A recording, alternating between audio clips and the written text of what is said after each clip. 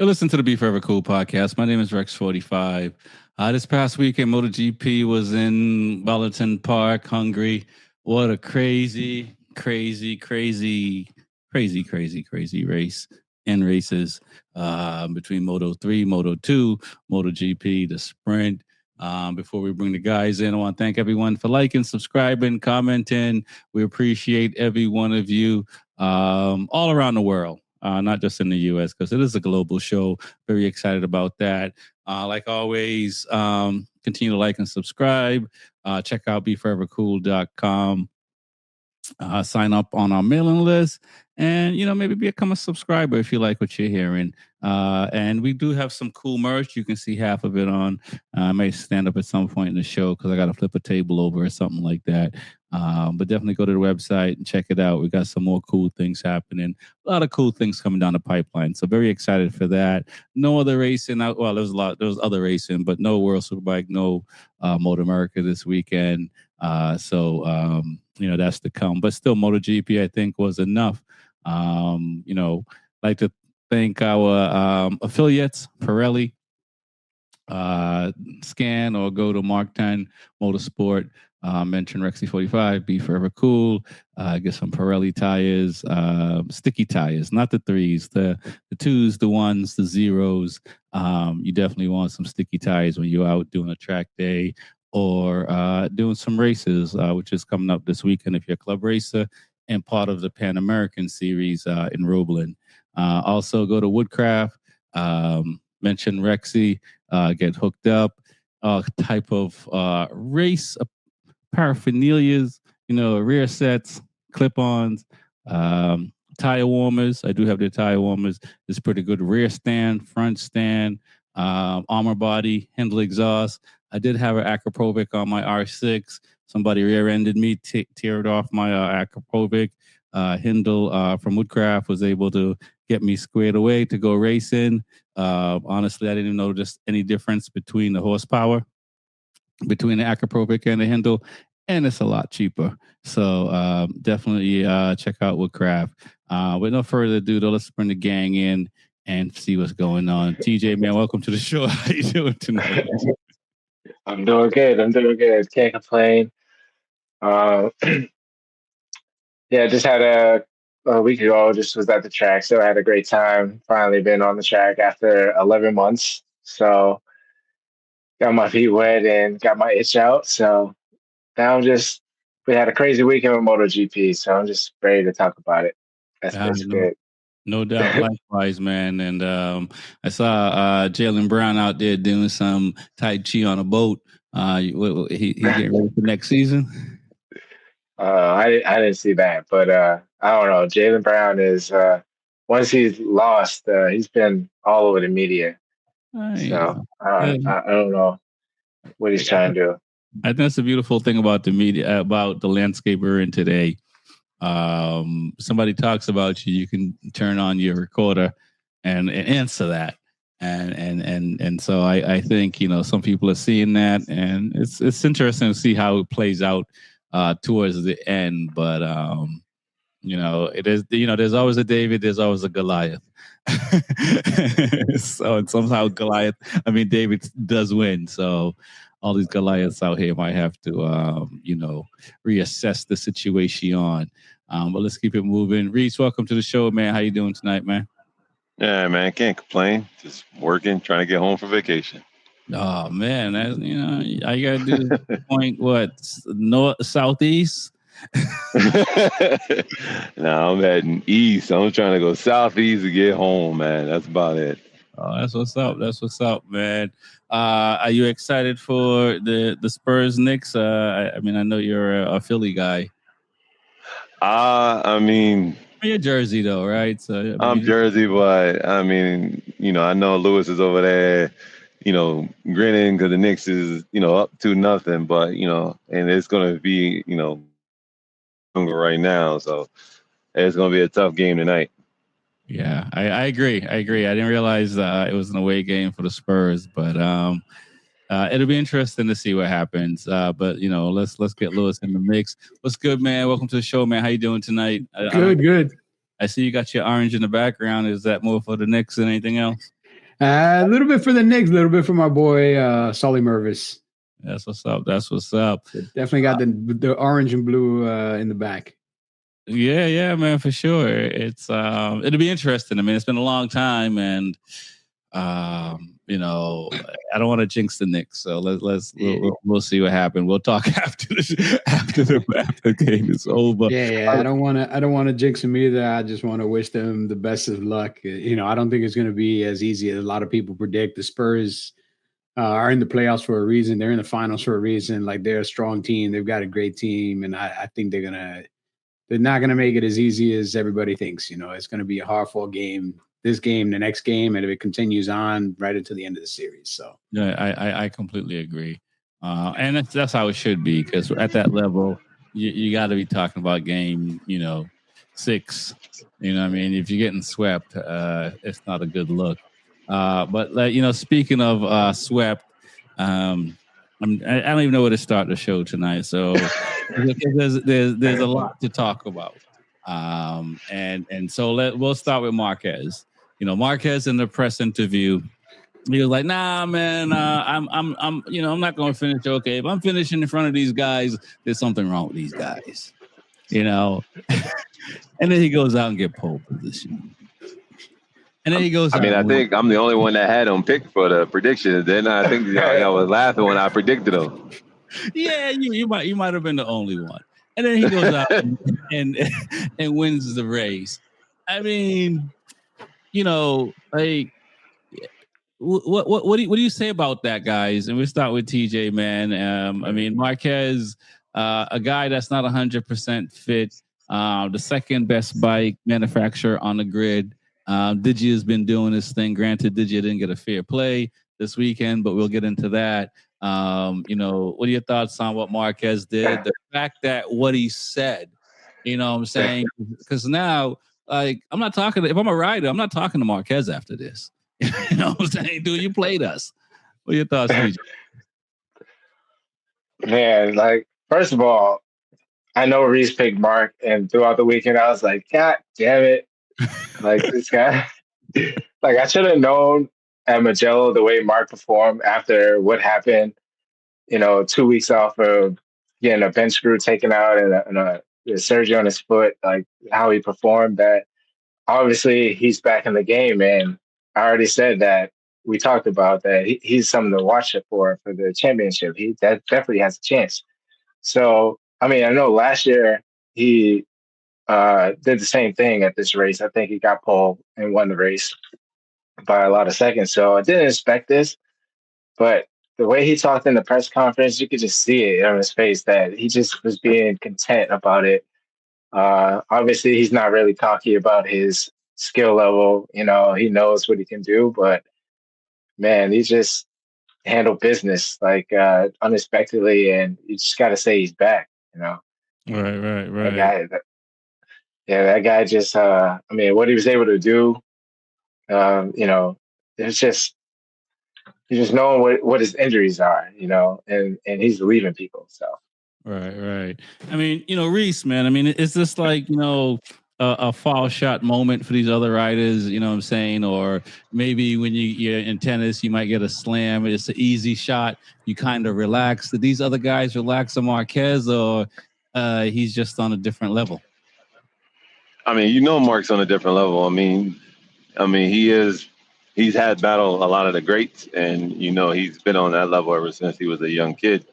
But I know I did pick him, but you see in Magello how he handled himself in Magello. He was coming back, and he, in his talk behind the scenes, he said he wanted the pace he had. That's the pace he wanted to maintain. And they always say with Marquez, you could tell when he's at that mindset or feeling great is when he starts smiling. And at the end of the race, he was still smiling. So I was like, okay, something's going on. He's feeling good. So, you could tell that he's back on that level of feeling great. He had a little time off. So you can see that he's riding back at his pace level. And it's also known that Marquez does like counterclockwise tracks. He's very good at a counterclockwise, where it's more or less. Right. So, I mean, do we label this guy a sandbagger from the press conference? No, you don't label him as a sandbagger. I mean, he's very humble. He's just saying, he didn't think that he was going to be able to do that, but apparently he can. It's kind of hard. It's kind of hard. I think he knew he could. We're gonna dive into it more because as we get to it.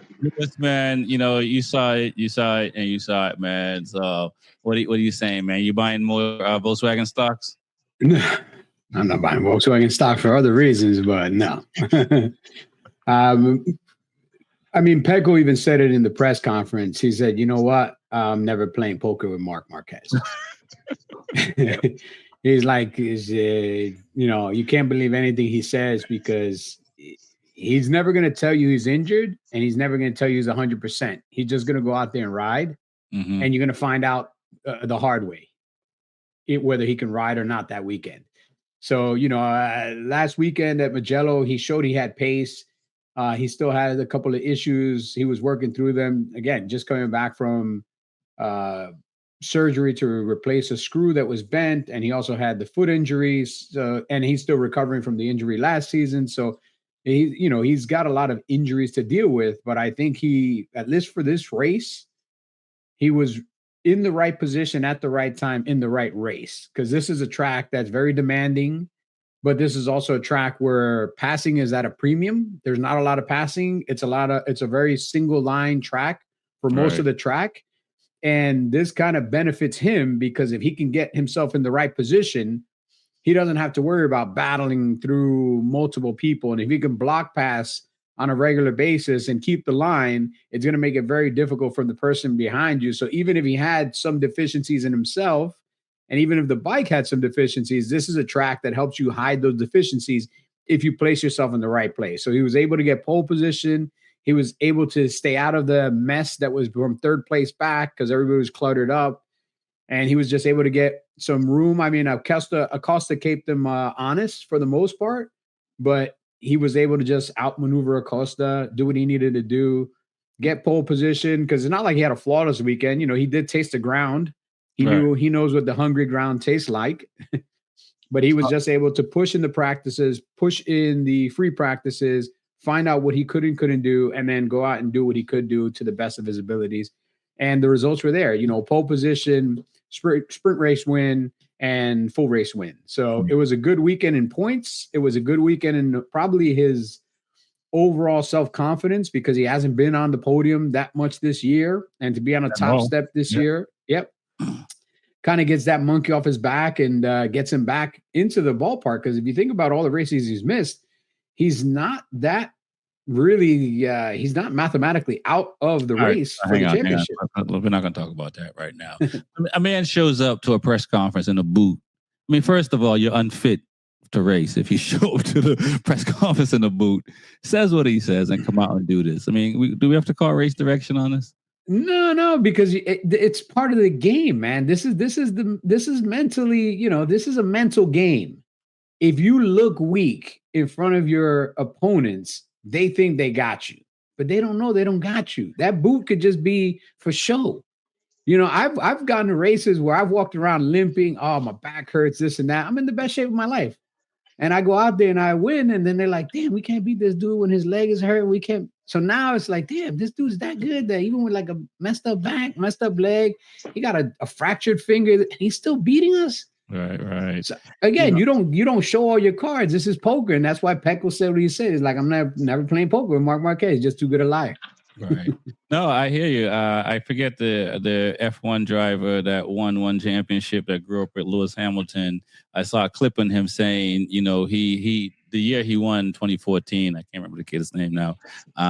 He was saying like his helmet was it was carbon. He didn't have it painted because the paint was 300 grams. Exactly. And all these little gray areas of things he had to do to save weight and all these things.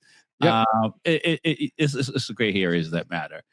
Speaking of gray areas, let's talk about Jorge Martin.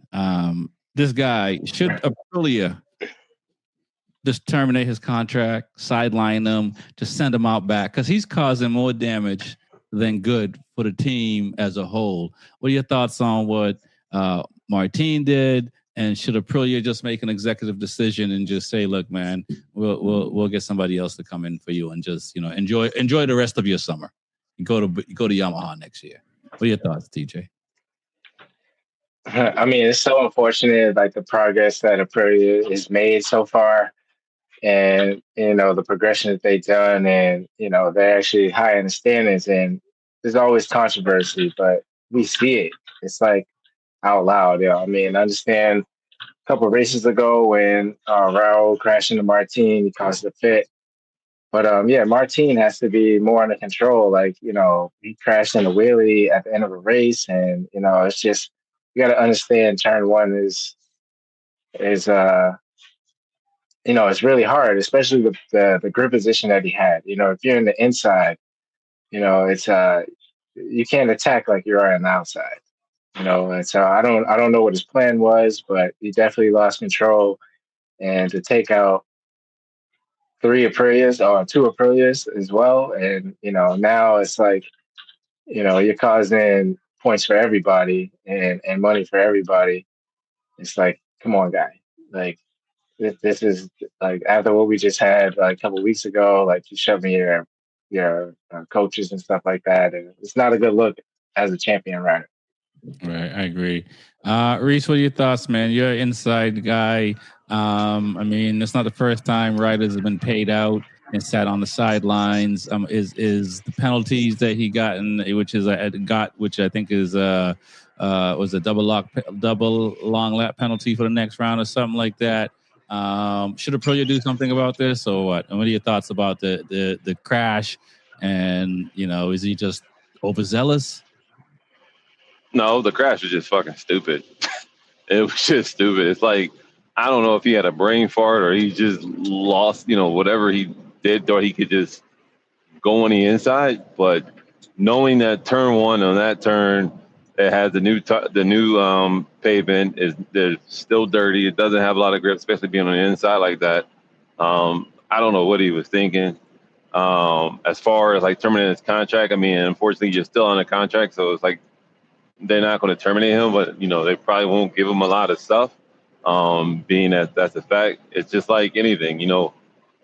After a while, you have so many bikes to crash or so many stuff to crash, but it's like after a while you keep crashing, it's just racking up the bill and racking up the bill. It's like, man, we're not going to give you, fresh parts, man. We're going to start giving you parts that's beat up and may not work anymore. It's not worth the headache anymore if you're going to keep crashing or doing something stupid that has a mental issue. You know what I mean? So unfortunately they can't do nothing about it unless he's doing something deliberately to inflict harm or to downgrade the brand. Right. It's just because you think Aprilia just don't want to pay that money for him to sit, or they can't do nothing. One, you can. I mean, you're under contract. That's a legal binding contract. And then there's a lot of coaches that we see that they're getting paid out. I mean, I think Jason Kidd's getting paid out $40 million, and he's done coaching in Dallas, and they still paying him. Right, but that's in your contract too. So it could be something to fall in a contract. It could be something that they can legally bind out.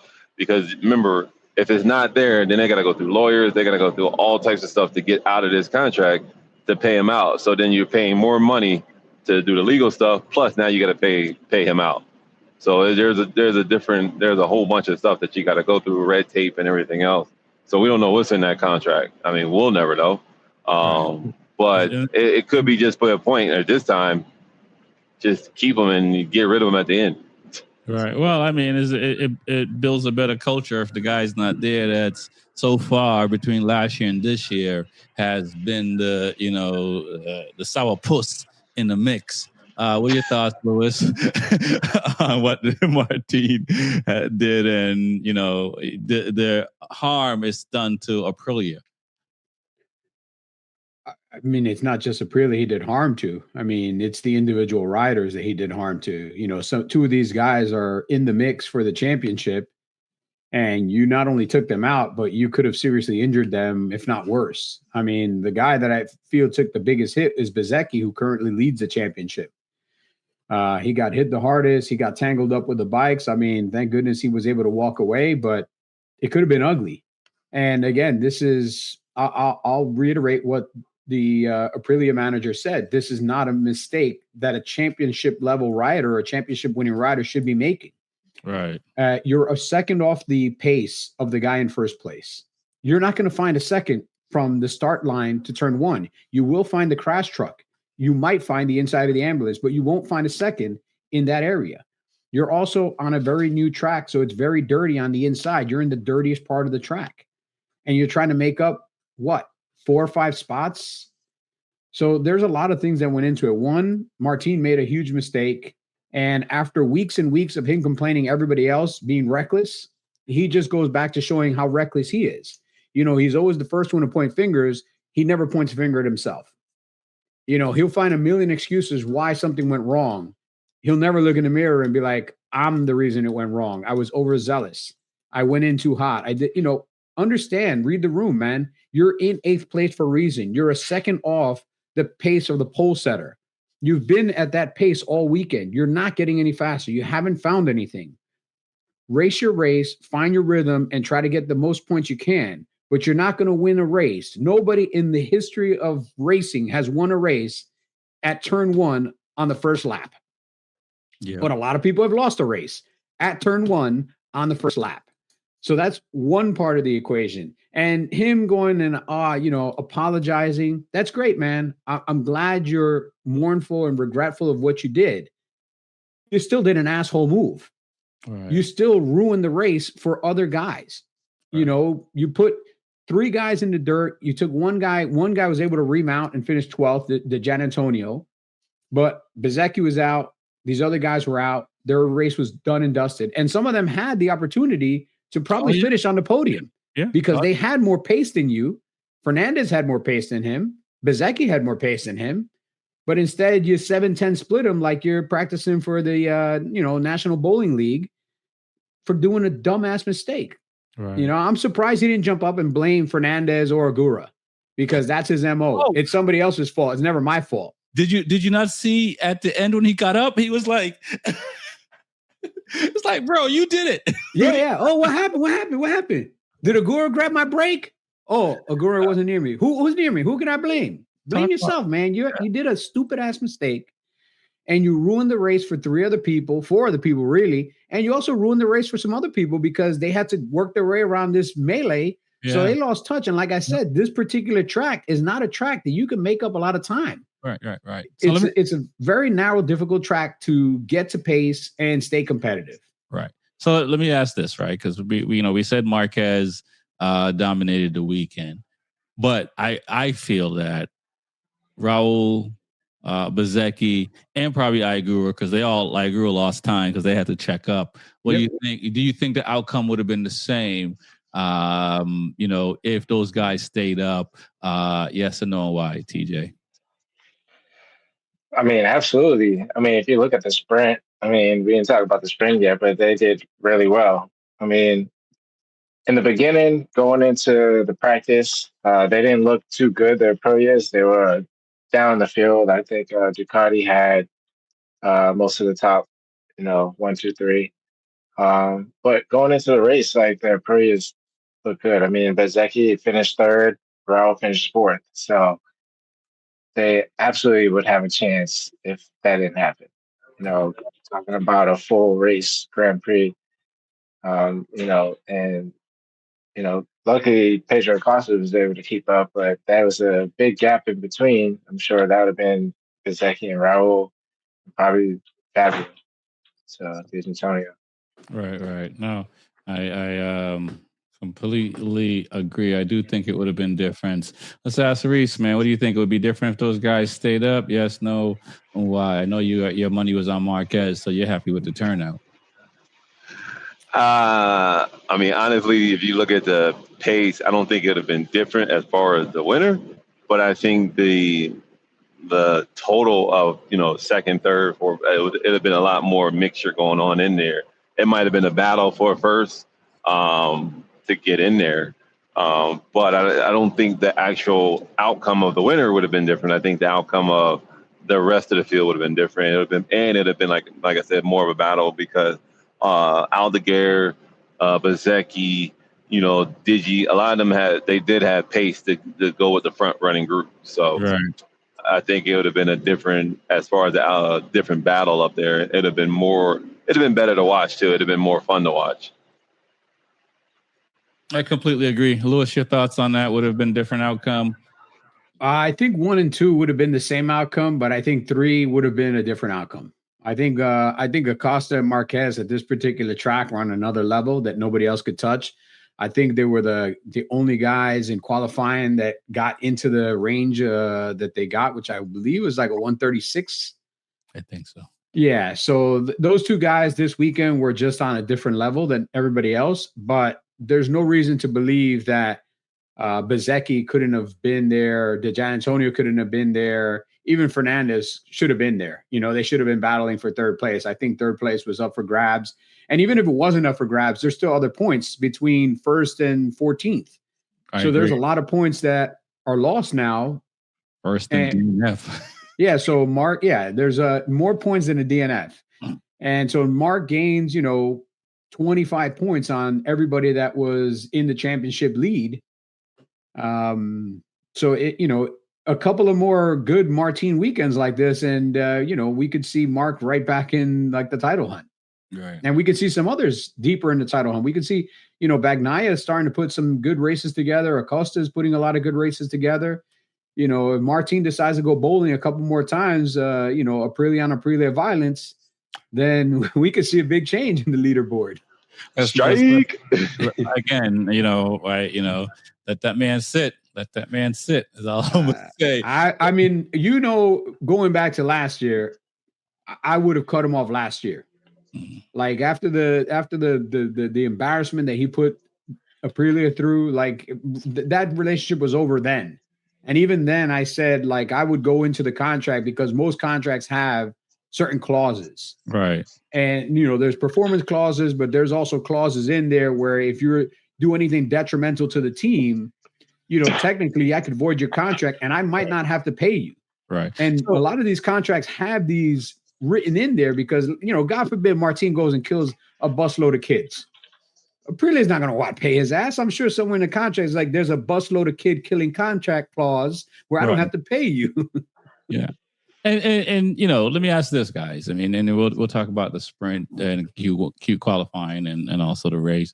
The man's uncle is CEO of Dorna, Martin. Rumor, I don't, from what I hear.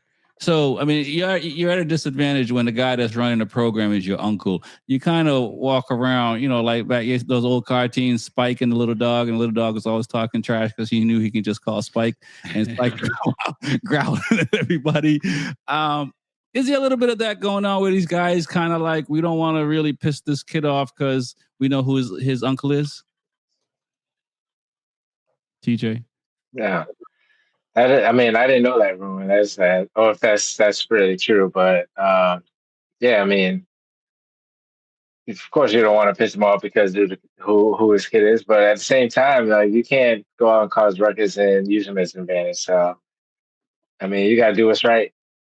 I'll still penalize. What I'm saying? Like he has to follow the rules. He can't be an asshole about everything and think he can get away with it because of who is in control and up and top.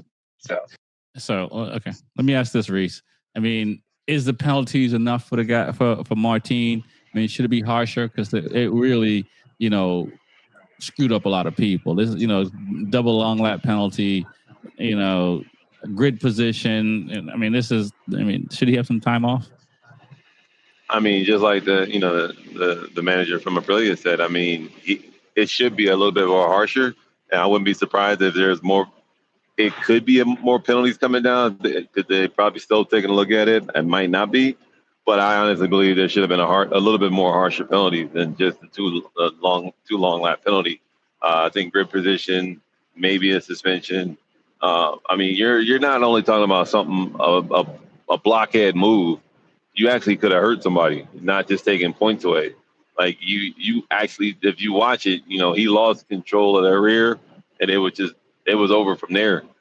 And I mean, you could have literally said, and you took out not one, not two, not three. It was like Lewis said, it was just you just was bowling, Yeah. and that was a dangerous move. So Yeah. I believe it could have been a harsher penalty. Yeah, can I say something real quick? Go ahead. Like for him being a champion, obviously he should know. But like those type of crashes is probably the most dangerous, I think, in racing. Like a turn one with everyone on the grid, like everyone should be obviously more cautious. I know it's tight, but he's just another mind that should be mindful. That can not cause that type of problem. And obviously, he was just a little reckless, but. Right. Like, if the penalty should have been harsher because those type of crashes can cause the most harm. Right. And you had the crash with Alex Marquez and stuff like that and then, 3 weeks ago. So it's not like nothing's not fresh in all our minds. And then, not to mention, Brzezinski also did that. I think last year to Mark Marquez and injured him. Yep. And he's still recovering from that. So like.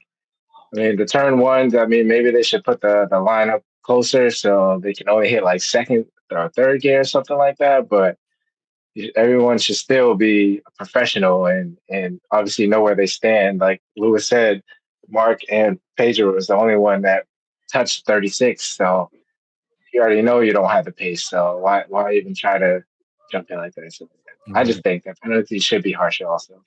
Okay. What about yourself, Lewis? Penalties?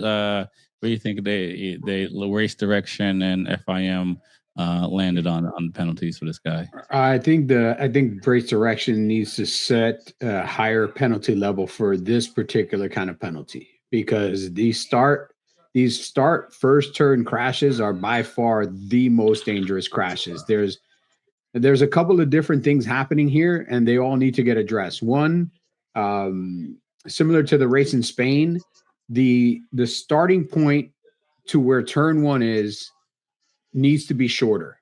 Right. If we're going to use launch devices that allow people to get off with maximum acceleration, like getting shot out of a rocket, then we need to make the distance from the point where they start to turn one much shorter so that we can't get up to these, 100+ mile an hour speeds, because now we're going into a corner where the guy in 18th place is still going 100 while the guy going through turn one is doing 40. Right. So this is too much of a disparity. And yeah, everybody's supposed to know their line and so forth. But if we all launch at the same time, there's 20 of us. The guy in the front, maybe let's say gets up to 105 miles an hour. The guy in 18th place has a 19 bike draft. He's going to be doing 125+ miles an hour. Yeah. We're all trying to go to this turn that realistically is maybe a 55 mile an hour turn. We all have to brake. Obviously, the guy in the front is going to brake first, and then it's going to cause chain reaction to braking all the way to the back. But the guy in the back who's going an extra 15 or 20 miles an hour this is my opportunity to gain 10 spots and takes out 3, 4, 5 people. Right. So that's one part of it is these launch devices. If we want to keep them, we got to make the point of the starting of the race to turn one shorter. Or if we want to keep them where we're at, get rid of the launch devices, put it back in the guys' hands that control the throttle. So that way some guys might wheelie and blow their launch. Some guys might actually, not accelerate as fast. Let the chips where they fall, where they may, and let everybody ride without the electronics at the start. So we got to figure something out. I've never heard that Jorge Martinez related to Dorna CEO, because if he was, then the Dorna CEO last year would have let him change teams when he was saying he was going to change teams. Instead, he outright said Jorge Martinez not getting any special privileges. He can't change teams just because he wants to change teams. Right. So I'm not sure that's how accurate that is, but if it is, and my uncle did that to me, I'll be like, damn, Unc. I'm trying to get off this shit box, and you're not letting me get off this shit box. He did all that to his uncle beforehand, though. So we'll get to that. I still think the Dorna needs to set a new penalty for these race start incidents. And this should have been honestly, man, this should have been a one weekend sit down. This should have been a 1 weekend penalty. You don't get sat down. And it should definitely be a mark on his license. He should get a mark on his license for this. Because again, this is the guy that gets up every time he crashes and blames everybody else, including the stand in the 5th row the dude there with a sign that doesn't like Martin, that's why I crashed. Right. And this guy needs some kind of accountability. This guy needs a reality check. He thinks he's a superstar and that he's above everything else and he can do whatever he wants. And it's time for him to get a real reality check. Okay. No, I completely agree with that. I did hear one of the commentators say during the race that 2027 they were going to a different track in Hungary. I didn't know if he misspoke. I see Reese nodding his head, so maybe Reese heard the same thing as well. Yeah, I did. Because I mean, it sounds like Ballston is just not the racetrack for these kind of race bikes. They said that the attendance is not where they wanted to be at this track. The attendance is a little low. They also said that for safety features is not where they wanted to be at. They know F1 is supposed to be dealing with them, but as far as for MotoGP, it's not where they want to be. So this is their last year going to Hungary. That they did announce that. So yeah. So I mean, hopefully that will be better for a safer track. Well, they're still going to Hungary, but they're just moving it to Bolton Park.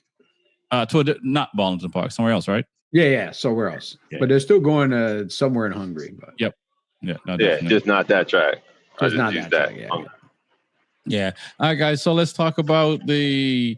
We might as well just talk about the sprint race. We'll go around the horn. TJ, tell me what you thought of it. I didn't expect Mark to win. I did believe the man at face value that he's, I ain't gonna lie. I did. So, we saw what happened. What are your thoughts on what he did in the sprint and overall the sprint race? Because I think this weekend, despite the crashes, and I'll say this about the cleanup. That was one of the fastest cleanup I've ever seen for bikes that were mangled, by the way, because it wasn't a red flag. But go ahead. I was surprised that it wasn't red flag, but back to the sprint. One thing is, this is the first time I've seen all races finish. Yeah. So I think all 22 races finished the race. But yeah, that was pretty cool. I mean, did not expect Mark to win. I mean, I expected him to get on the podium at least or be top 5, but he lied to all of us. And I mean, I gotta respect him more because for what he's done after all his injuries and still came back to get a championship and to do this is kind of like light work, And it's the fact that he came back so soon, we just should have known, and he kind of fooled us. Where he probably didn't know himself, his potential, even though he did. And it just kind of shows that he's back really. And to win that, and it's actually also good to see that Pedro is kind of happy now. I mean, obviously his skill level is showing because the other KTMs, I don't know, are nowhere to be found. But he's been kind of happy after every position he's been getting lately.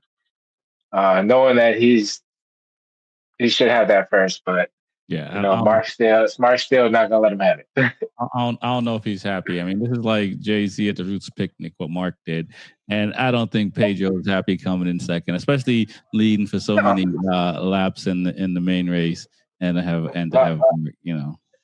I don't mean like happy in that way. I'm just saying like he's happy with his result. So like the way his language and his body language is like. He's talking like he's okay with it.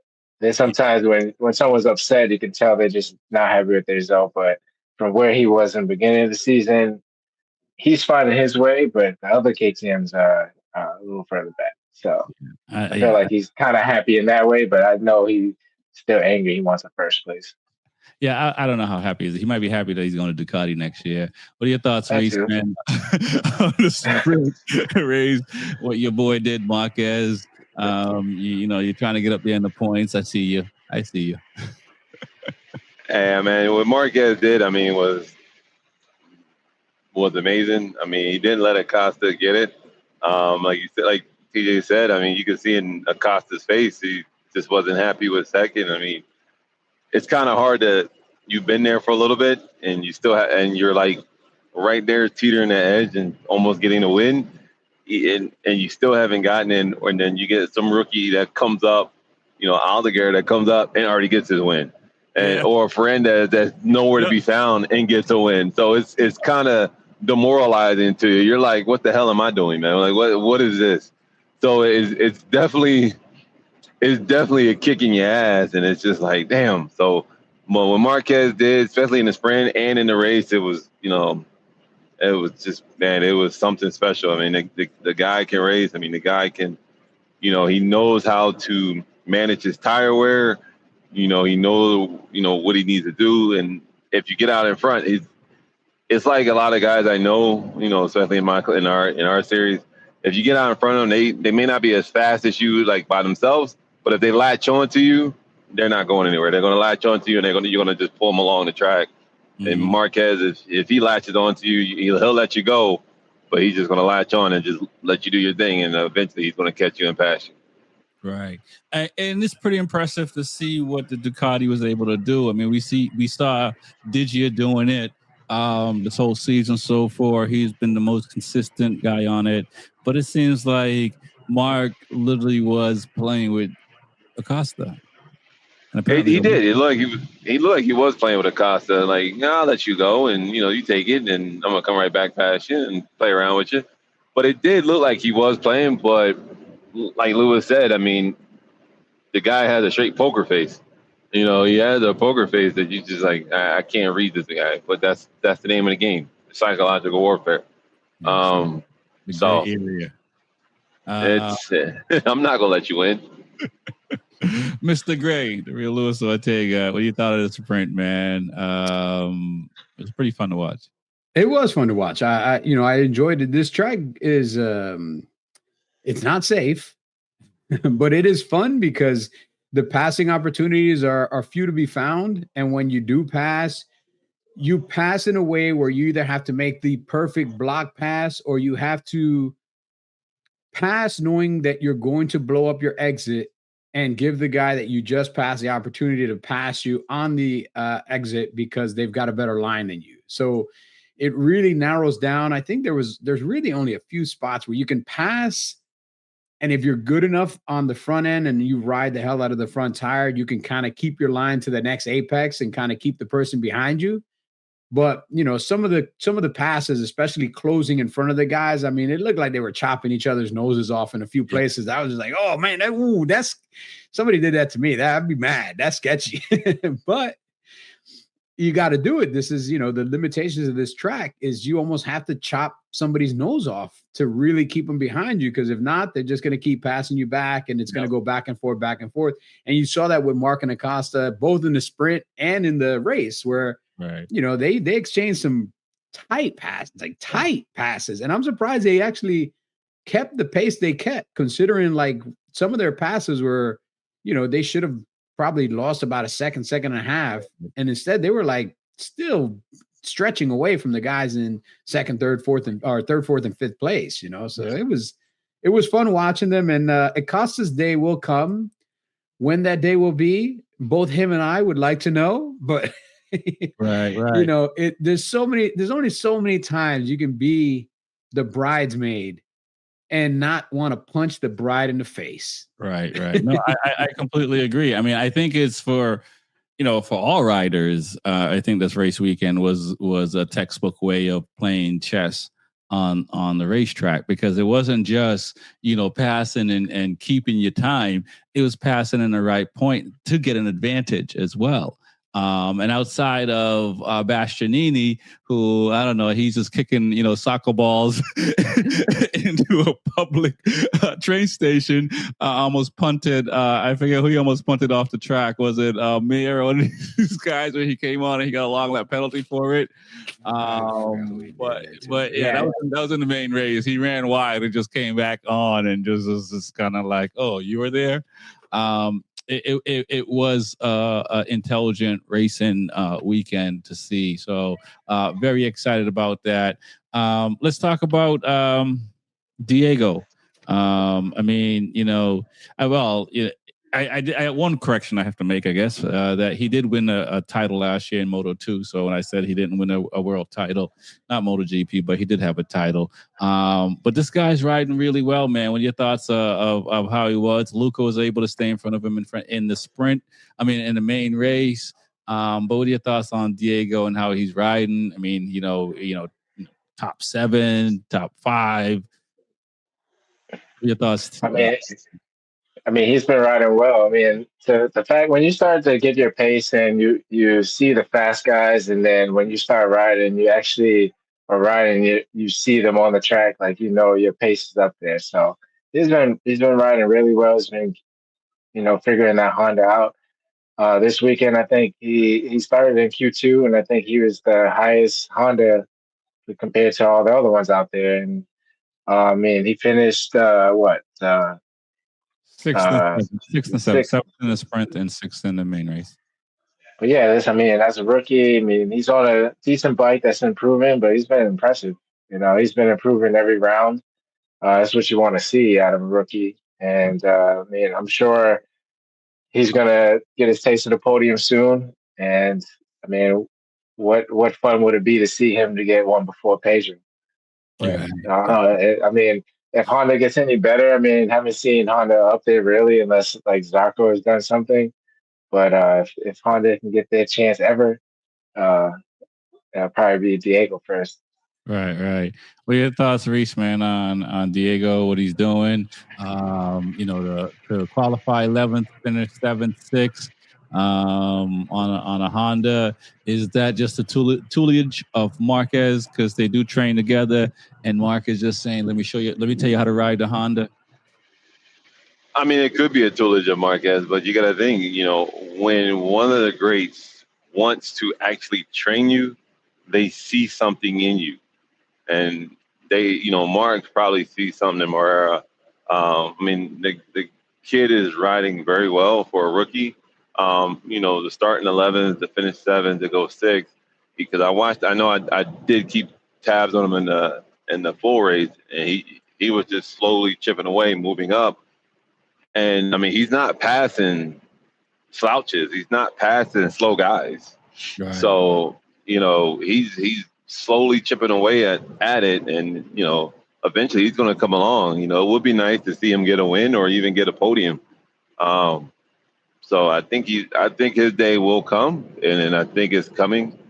So what he has done for so far with the season, I mean, he's done very well. I can't see any complaints with the kid.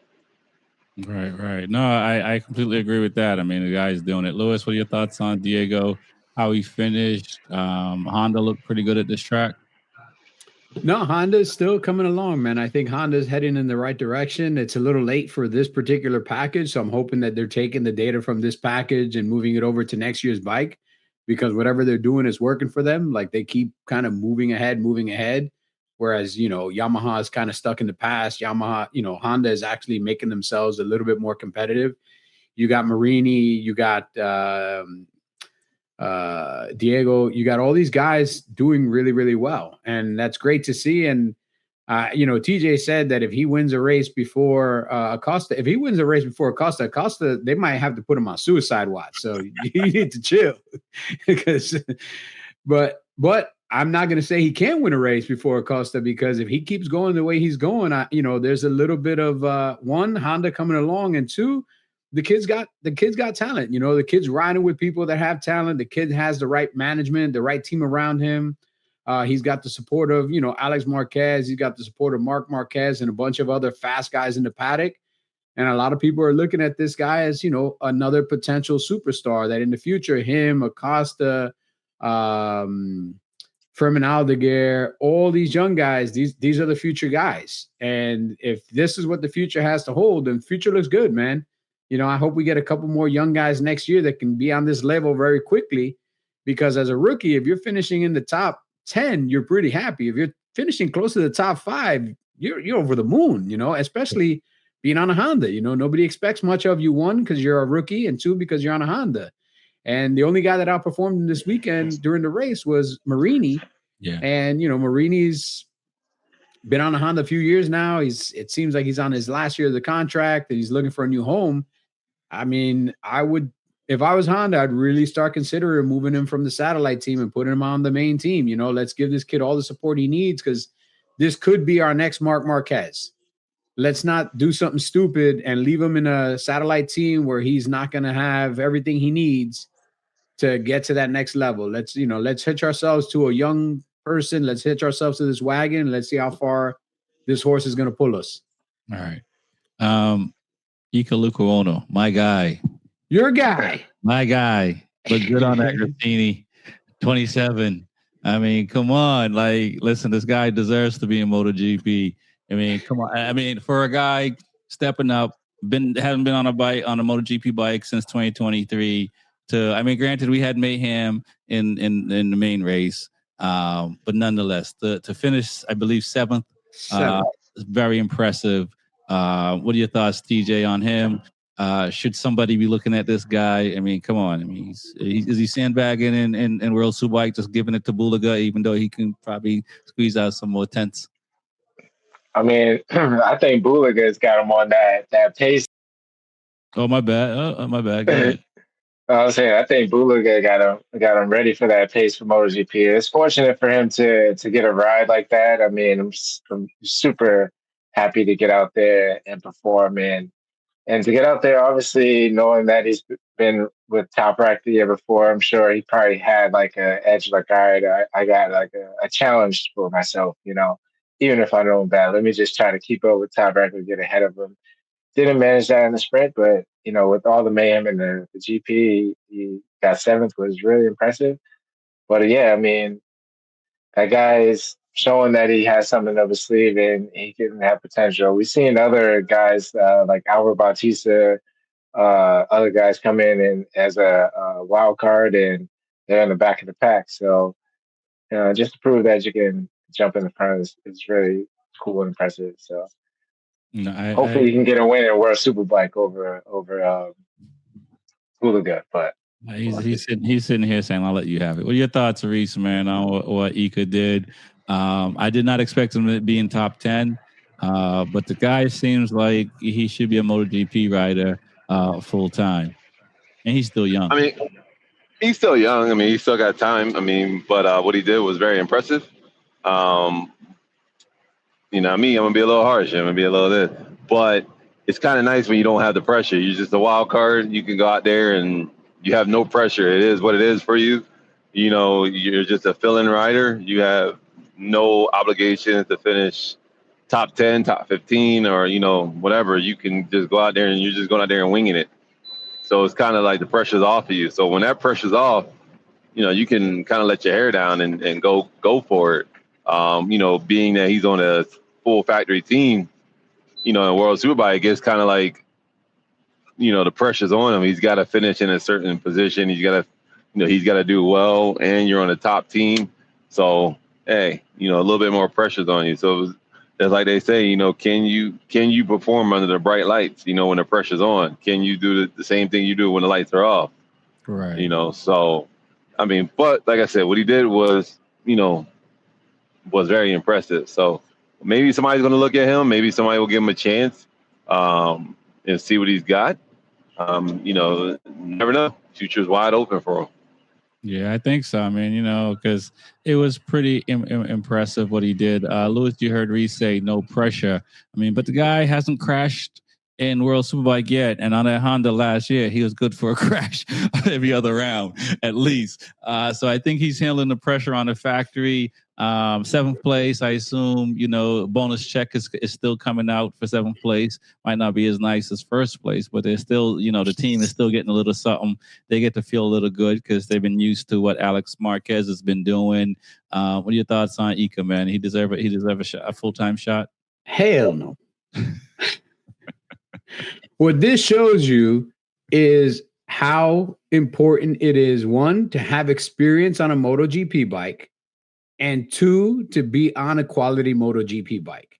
Because you can't tell me that Ika Lackawanna is a better rider than Top Rack Brasiliatu. You cannot tell me that at all.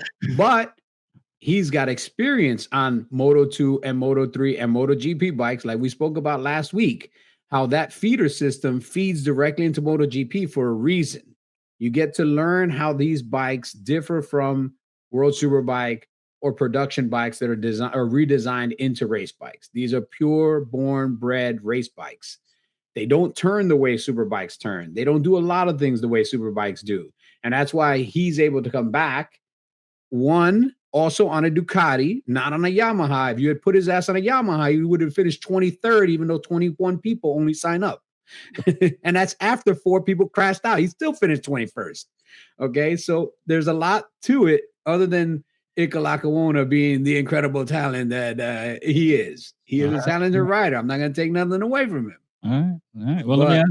being on the Ducati that we know wins on a regular basis with Alex Marquez and having experience on these types of bikes does help him a lot more than if they had brought somebody else who's never ridden any of these bikes, never been on these tires, never been in this situation, nothing like that.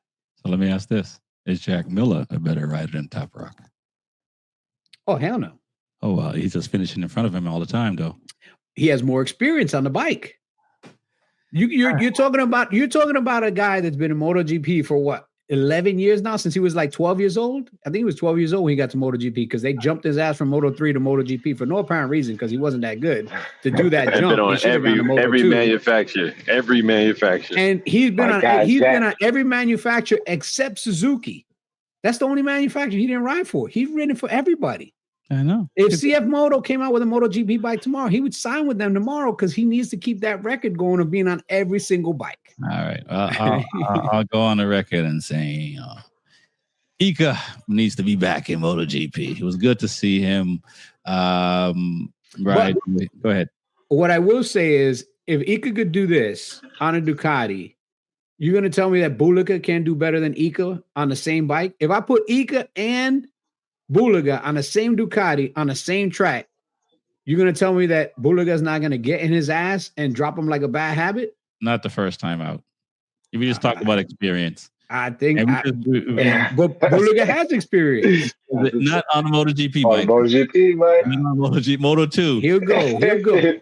Don't sleep on him. He'll go. I'm not sleeping, but if Top Rack is the benchmark and we're gonna put the lack of experience, then you gotta see. If I was deciding, we're gonna find out next year, man. Exactly. We're gonna find out next year. We are gonna find out. This is gonna end like a Dragon Ball Z episode. Tune in next week. While everybody's powering up again. That is right. Speaking of powering up, let's talk about KT. Let's talk about Bastianini. I kind of touched on a little bit, but he did come back on track after almost plowing into Luca at the runoff track. I forgot who he hit, but he got a long lap penalty for it. Morera. He hit Morera. Yeah. What's going on with KTM? We see Bender. I think even Vinales pitted early in the main race. Outside of Costa, who seems to he's just riding the bike. He has the Marquez mentality. Give me anything, I'm just going to make it go fast. What's going on with the rest of the KTM guys, TJ? I don't know. I just don't think their team camaraderie is together. They probably don't talk to each other. They probably all to themselves. And I think Pedro's just getting all the parts. And I think his mindset is just, I still want to win. I think Pedro's, in the runners for the championship. So his focus level is a lot different, I'm sure. But I have no idea what's going on with KTM. Some races they're like together, like in top 10, or now they're just scattered all over. But it's hard to say, like, you have 4 bikes out there and you have one rider that did really well and all other 3 sucks. Like, so what setup didn't work, or why weren't you closer? What was the problem? That I can't justify. I don't know what happened there. They maybe just wasn't mentally there. Right. Yeah, I mean, I think unlike some of the Yamahas, I think some of those guys, I think Quartararo is checked out. It sounds like the only person that might be at KTM next year is Vinales. Everyone else is going to be either out of MotoGP or out of KTM. What are your thoughts, Reese, on where KTM is at right now? When you have one bike performing really well and three is not, you can't really. It's not a celebration. Just like Lewis would say, that with one bike on the podium like that, that's how far you could tell that Brinks truck go. It just goes to the one bike. After that, they broke. It's like I don't know, like Acosta gets all the parts and all the performance, and the rest is just left out there. I don't know what's going on with them. I'm confused about it. Anything. I don't know what. At one point, they were doing well, and then they just dropped like a bag of bricks you drop the bag of bricks into the ocean, like just sank to the bottom. I don't know what's going on with them. I mean, they're not as bad as Yamaha, like you said. Quartararo checked out. Rins, and Jack is trying to maybe get a ride for next year. But KTM, Bastianini, Bastianini's going somewhere else. Bender is out. Acosta is changing, and Vinales is probably going to stay. So I don't know what's going on with them. They need some serious. They need to just clean house and revamp the whole project. If you're going to sit there and say you got the money, all right, let's clean house and let's restart this project. All right. No, I agree. Lewis, let's talk about Ducati with you. They showed up with a new tail section and kind of a cross between KTM and Honda to me. Or like, I might be able to catch some water in a bowl or something like that. But, Mark got his 100th win, and so did Ducati on a new tail section. We kind of touched on it earlier. You think they figured out the bike before the summer break? I mean, there's never a finish line for figuring out a bike. You're always trying to find a 10th, 100th, whatever you can find. Hopefully this new tail section maybe does something that offsets the problems they've been having with the front end, because I know it's weird to say that the rear end affects the front end, but aerodynamics can affect the pitch of the bike. And especially going into a corner when you're trying to change the geometry of the bike to get the weight on the front as you're going in, if your wing is kind of pushing down on the back or overlifting the front, now it affects the geometry. So I really don't know exactly. I know that part of the rear tail section for aerodynamics is to dirty the air behind you and get that slipstream effect and make sure somebody can't, draft past you. But I'm sure there's other things that it affects. And this is probably just another iteration, another attempt to try something that they've seen maybe some significant positive effect in the wind tunnel. But it did help him turn. It did help him, especially on this track that's very tight, very windy. It was able to get him to flip the bike left to right. It didn't impact his ability to turn the bike quickly, to get through the corner. So again, I don't know how this affects edge grip. I don't know how this affects overall, but obviously it does something because they put it on the bike and it's ugly as shit. And so they didn't do it for cosmetic reasons. So they must be getting a benefit from it somewhere. Right. And hopefully they can keep figuring out these little tweaks, because again, I still think Aprilia is a good step in front of them, but it's not 2 steps in front of them. It's right there. It's not like Aprilia is a mile ahead. Like they're right there. They can be very competitive with Aprilia. And if they keep working on it and tweaking and getting the feel back in the front end and all the things that haven't been there working for them, we know they have the motor. I mean, KTM has Aprilia has the fastest bike. KTM has had the fastest bike. Ducati's had the fastest bike. They all have motor. Right. It's the ability to stop, to turn, to get back on the gas, and stability in the brakes and all these other places. That's where everybody's trying to find the tense right now. It's not just motor. Did you notice all the chatter in the front end of those Ducatis? Oh yeah. Those things are like, it's crazy to think that they're able to still turn the bikes when you see that front end just pogoing the entire way. I'm like, I'd give up on that corner. Every corner, I'd give up on the corner. I'm like, I'm done. I'm going straight. Dude, when I think I hit a bump, I'm off the gas. I think it's a chatterbox. For real. My biggest fear with that, I mean, obviously you don't want to get a tank slap, but even with the chatter, like I'm always like, there's so much that can happen. You catch a tank slap, you catch this, you're chattering, you can't get you tip it in a second, you tip it in, you just wash the front end. And we've seen a lot of Ducati front end washouts this year. Yeah. Like that's been their biggest thing is front end washouts. And just to see them chattering and still stop it and get it turned, I'm like, man, that's why they get paid because they're a lot braver than me. Nice. Reese, what your thoughts on Ducati's 100th win? What took them so long? Maybe Mark Marquez's 100th win. The chatter. I mean, when your guys come in and say the front end is chattering like that, what do you tell them? You don't see anything? No, we always tell them, it could be a tire, it could be just a setup issue. I mean, we try to, they try to do what they got to do with the suspension and see what they can do and, work it out with the front, the rear, and do what they need to. Sometimes stretch it, sometimes shorten it. Just how they got to, play it out.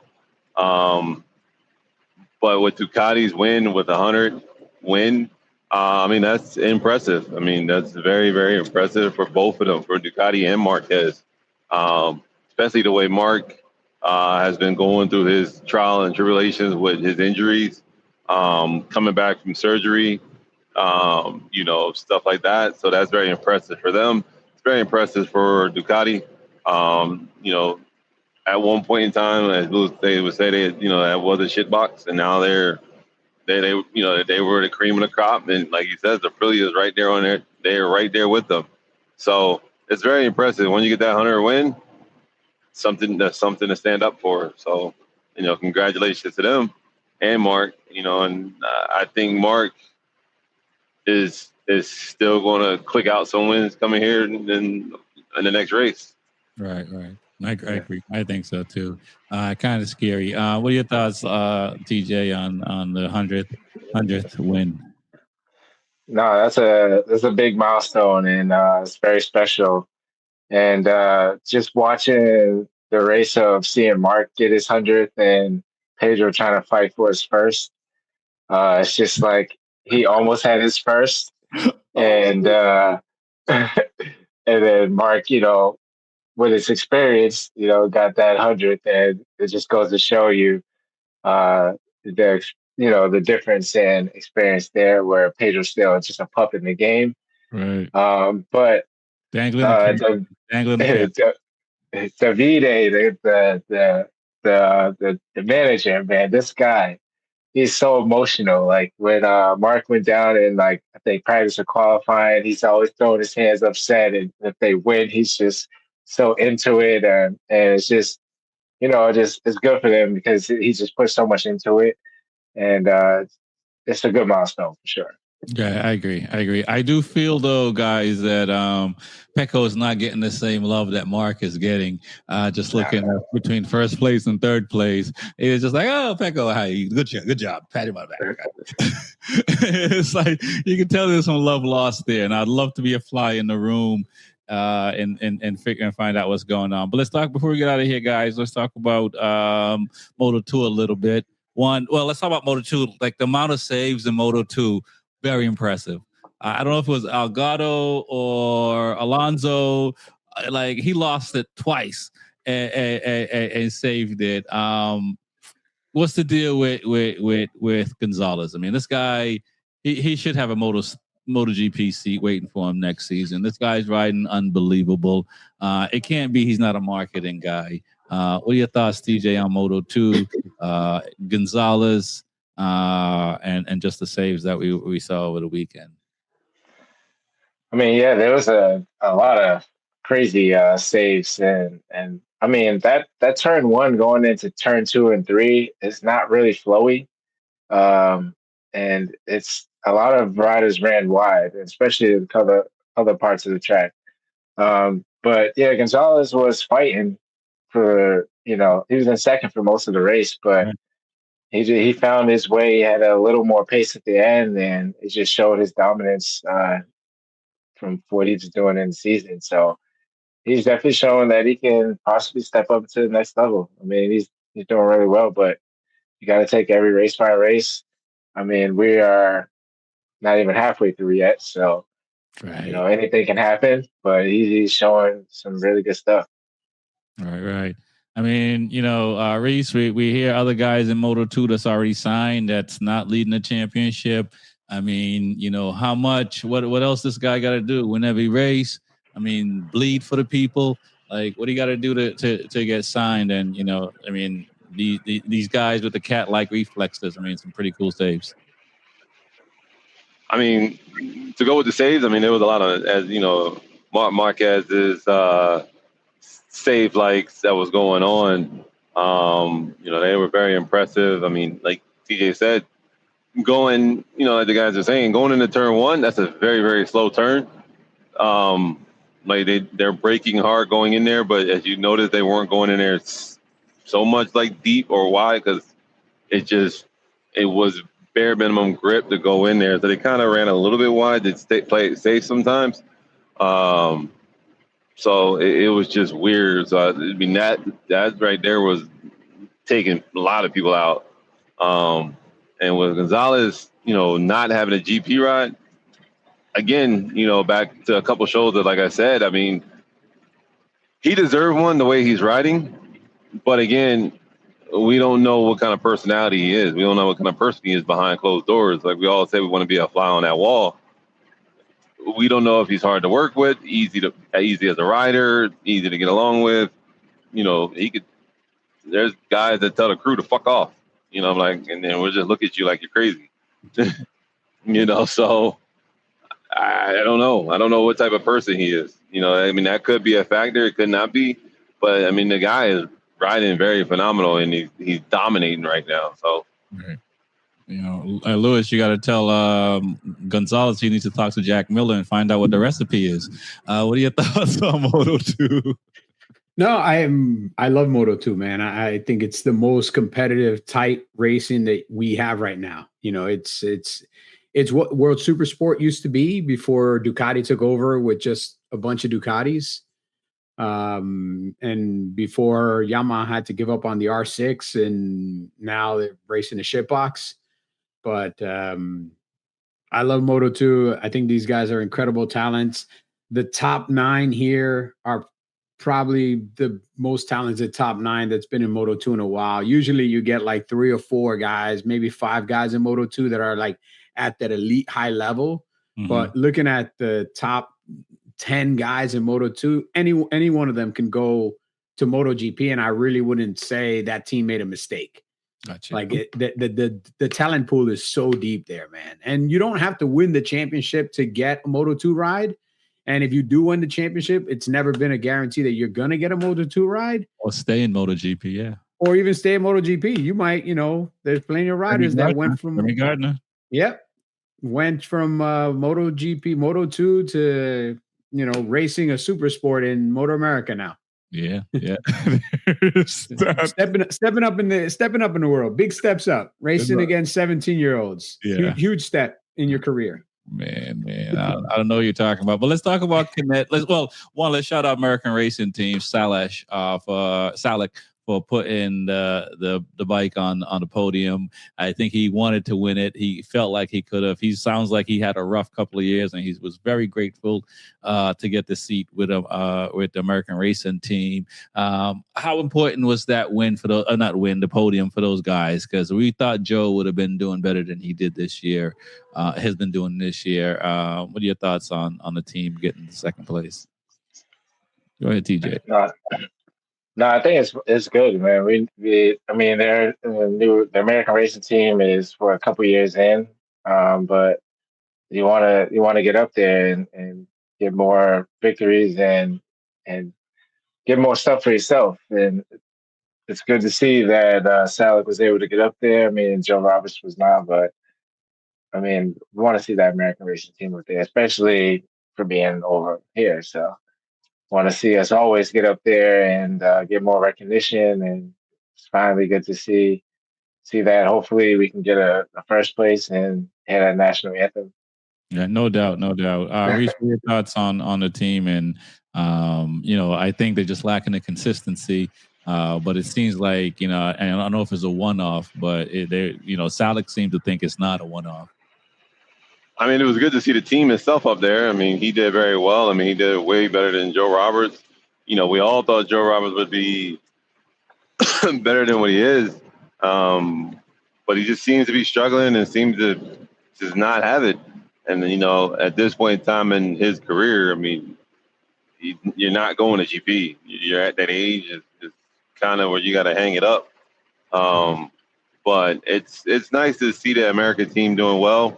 Hopefully they can, you know, use this as a slingshot to piggyback and just to keep the momentum going. You know, hopefully it's not a one-off. Hopefully they still keep them, you know, around, and hopefully that the team can actually have more success here in the near future.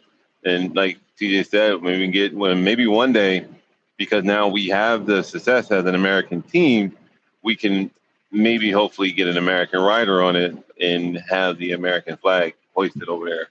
Right. Okay. Lewis, what are your thoughts, man, on that? And, you know, do the American racing team needs to start looking at some more Americans to, you know, fill that seat for next year? I would like to say that, but, you know, Who? Yeah, who? You know, which American, if I had to pick an American right now from the crop in Moto America to put on that bike, who would I put on that bike? Oh yeah, I think you have to, you know, get an Italian or a Spanish over here, get them married so they can get. That's the thing.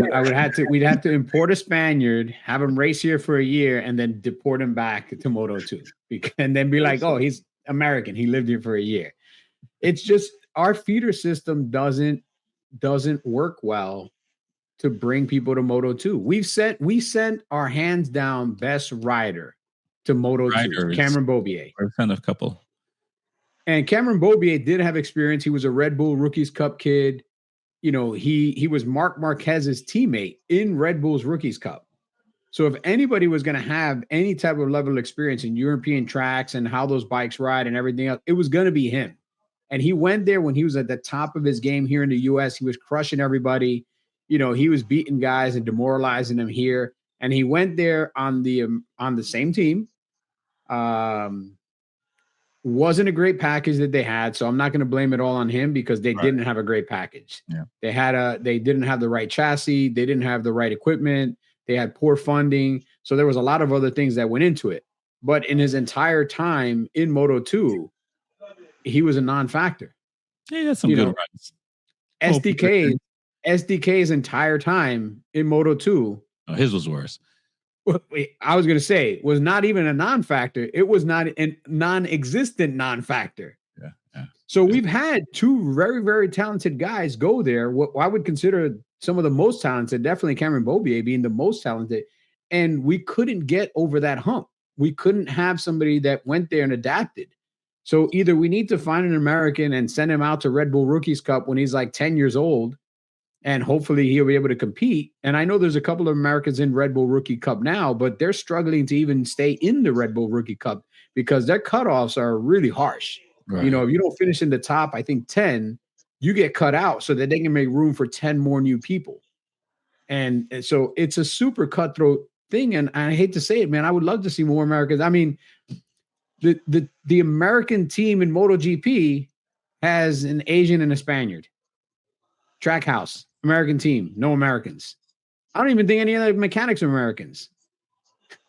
Man, well, you know. So Nathan Bancourt. I've gone to some Italian restaurants in Boston, and the kitchen's full of Spaniards. So, but they're not fast. That's why they're working in the kitchen in Boston. If they was fast, they'd be racing. Oh no, they fast because the food comes right up. The food is fast, but on the track they slow as shit. So let me ask this guys before we get out of here. I'm picking on Roberts. I'm throwing him in there.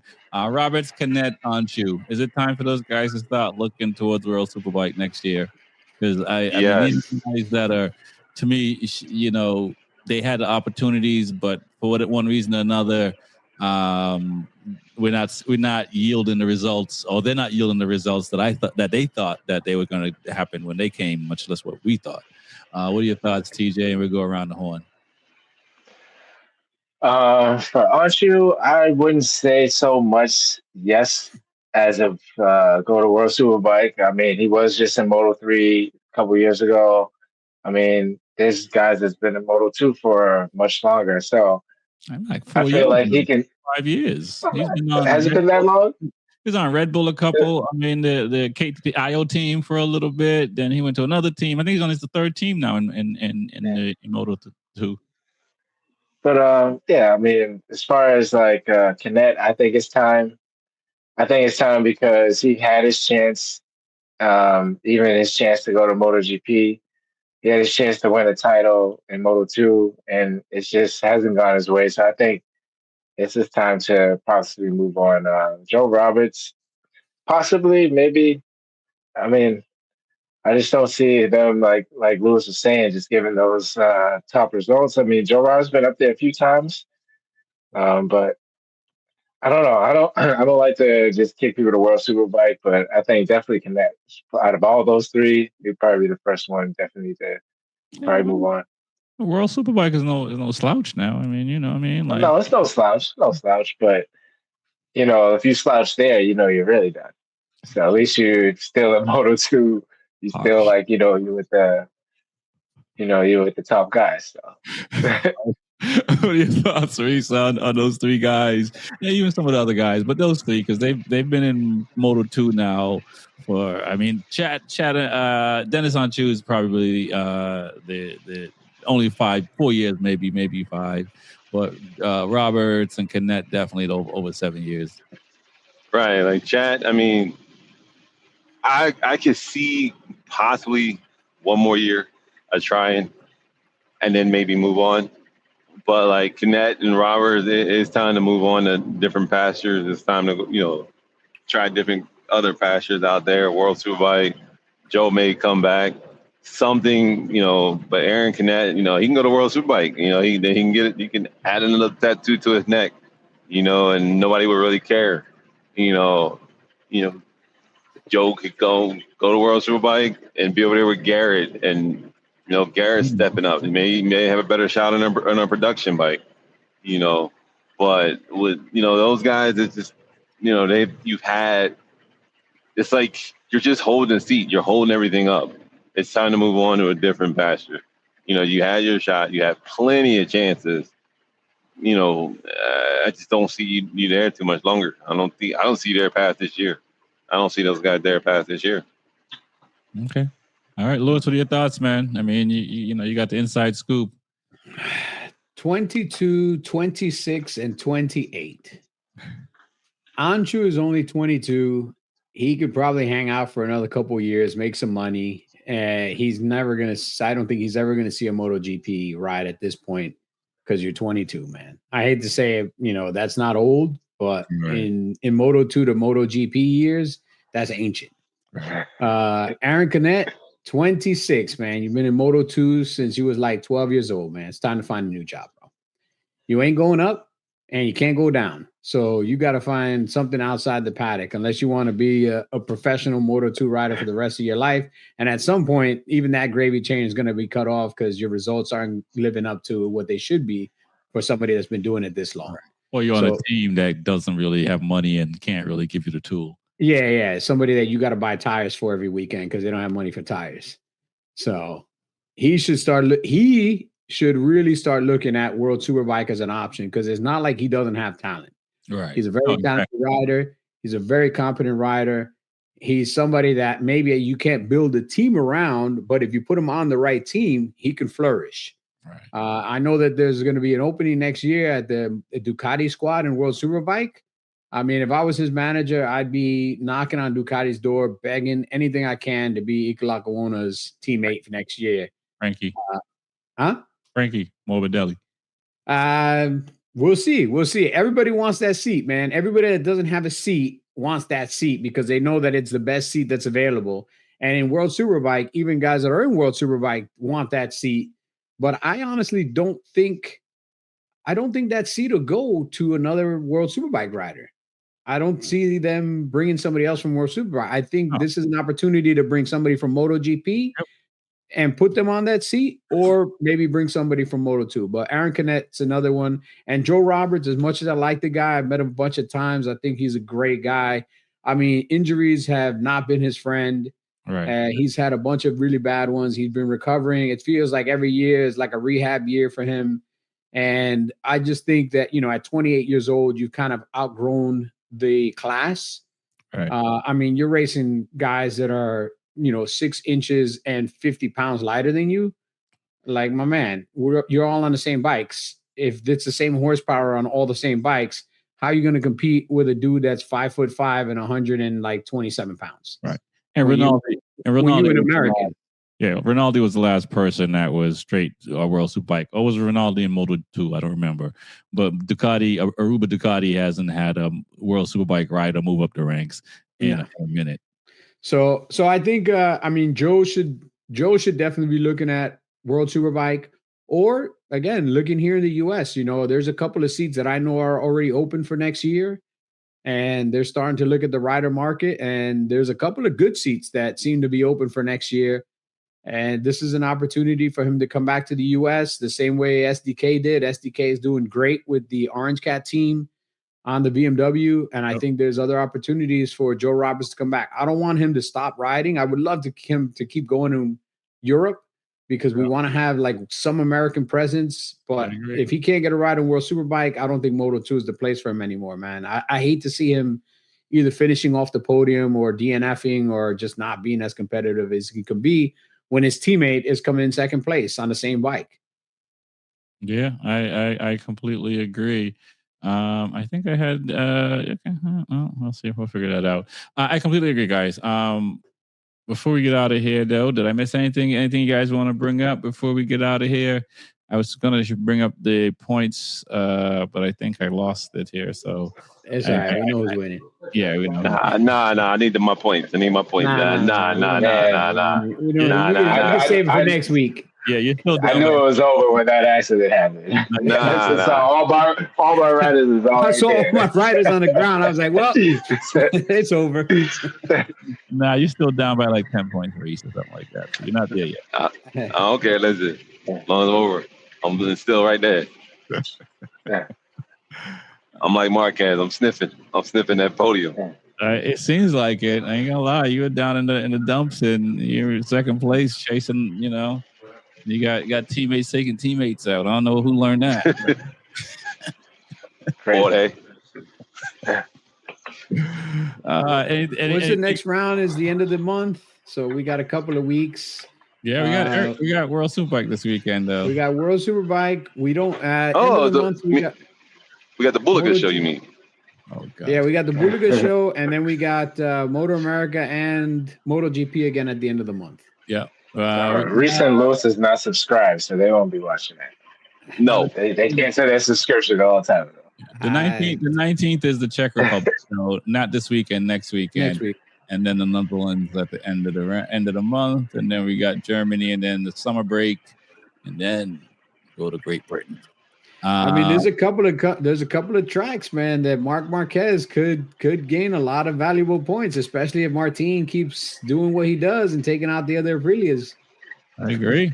I agree. I mean, we'll see. I know I think if the Aprilias didn't get taken out, I mean, Marquez might have still won, so who knows? But at least the points would have been moving on the Aprilia side. So hopefully, these guys can, get the points when they can get it, go for the win when they can get it. But it's been exciting to watch. I gotta say, it's been exciting round so far. Yep. Good racing, good fun. Everybody's safe. No thanks to Jorge Martin, but everybody's still safe. No doubt. Everybody goes home. No doubt. My name is Rex45. It's the Be Forever Cool podcast. I want to thank TJ with 2 Wheels and Coffee, Reese with Attack Yamaha, Ria Luis Ortega, the numbers guy. Peace. Peace.